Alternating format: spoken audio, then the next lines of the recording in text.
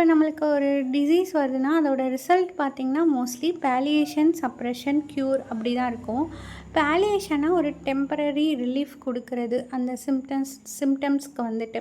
அது வந்து இப்போ கேன்சர்ல வர பெயினுக்கு வந்து ஒரு டெம்பரரி ரிலீஃப் குடுக்குறது தான் பாலியேஷன். சப்ரஷன்னா, இப்போ ஒரு ஸ்கின் கம்ப்ளைண்ட்டுக்காக போயிட்டு பின்னாடி ஆஸ்துமா வரும் இல்லையா? ஸ்கின்னுக்கு அந்த ஆயின்மெண்ட் போட்டு போட்டு சப்ரஸ் பண்ணி, அந்த மாரி வரது சப்ரஷன். க்யூர்னா பெர்மனன்ட்டா ரூட்லேருந்து ரிமூவ் பண்ணுறது.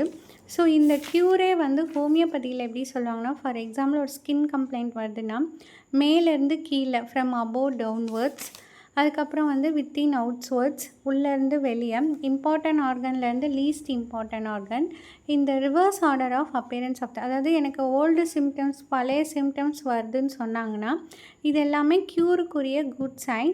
அண்ட் இது வந்து ஹோமியோபதியில வந்து நடக்கும்.